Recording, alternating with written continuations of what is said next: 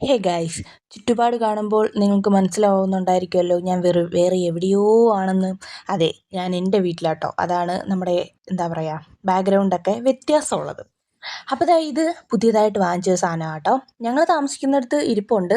അപ്പോൾ അമ്മ ഇത് പുതിയതായിട്ട് വാങ്ങിച്ചതാട്ടോ. ഇഞ്ചി വെളുത്തുള്ളിയും അതൊക്കെ ചതയ്ക്കാനായിട്ട് അടിപൊളി സാധനമാണ്. കറിവേപ്പില എടുക്കാൻ പോയത് വേറൊന്നിനും അല്ലായിരുന്നു. രാവിലെ കാപ്പിക്ക് ഉപ്പുമാവാണ് എടുത്തത്. അപ്പോൾ അതിന് വേണ്ടിയിട്ട് കറിവേപ്പില എടുക്കാൻ പോയതാ. പിന്നെ ഇപ്പം ഞാനൊരു മീൻകറി വെക്കാനായിട്ട് പോവുക. അതാണ് ഈ ഇട്ട് ചതച്ച് കൂട്ടുന്നത്. ഇതിൽ ചതയ്ക്കാൻ എനിക്ക് ഭയങ്കര ഇഷ്ടം കേട്ടോ.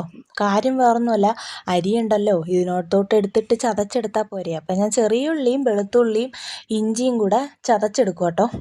കണ്ണടച്ചിട്ട് വേണം ഇതിൽ ചതയ്ക്കുന്നത്. അല്ലെങ്കിൽ എനിക്ക് 2-3 പ്രാവശ്യം അതിനുള്ള ഇത് കിട്ടിയിട്ടുണ്ടായിരുന്നു. കണ്ണിലോട്ട് നേരെ അങ്ങ് തെറിച്ച് വീഴും. നല്ല സുഖമാണ്. കണ്ണിൽ നിന്ന് പൊന്നിയിച്ച പറക്കുന്ന സുഖമായിരിക്കും കിട്ടുന്നത്.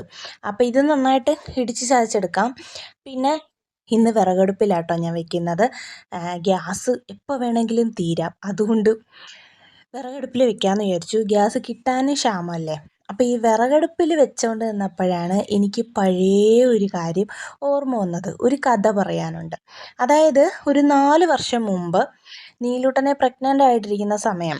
അപ്പോൾ എന്നെ 7-ാം മാസത്തിൽ ഇവിടോട്ട് വിളിച്ചുകൊണ്ട് വന്നു അമ്മ.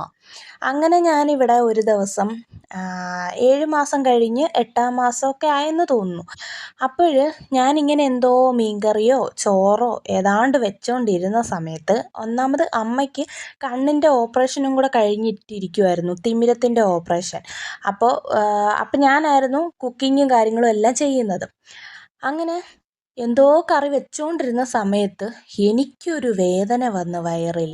അതായത് ഈ വയറിൽ എന്തോ കട്ടിയായിട്ട്, വയറിൻ്റെ വലത്തെ സൈഡിൽ അടിഭാഗത്ത് അടിവയറിൽ കട്ടിയായിട്ട് ഇങ്ങനെ പുറത്തോട്ട് തള്ളുന്നൊരു വേദനയുണ്ടല്ലോ, ആ ഒരു വേദന. ഞാനങ്ങ് എൻ്റെ ജീവൻ പോയി. എനിക്ക് നിൽക്കാനും വയ്യ, ഇരിക്കാനും വയ്യ, നടക്കാനും വയ്യ, ഒന്നും വയ്യ. അങ്ങനെ അമ്മയോട് പറഞ്ഞ് ഒരു അരമണിക്കൂർ വെയിറ്റ് ചെയ്ത് നോക്കി. എന്നിട്ടും ഒരു രക്ഷയില്ല. എനിക്ക് ശ്വാസം വിടാൻ പോലും പറ്റാത്തൊരവസ്ഥ. അങ്ങനെ പെട്ടെന്ന് ഹോസ്പിറ്റലിൽ പോകാനായിട്ട് തീരുമാനിച്ച് വണ്ടിയൊക്കെ വിളിച്ച് ഹോസ്പിറ്റലിൽ പോയി.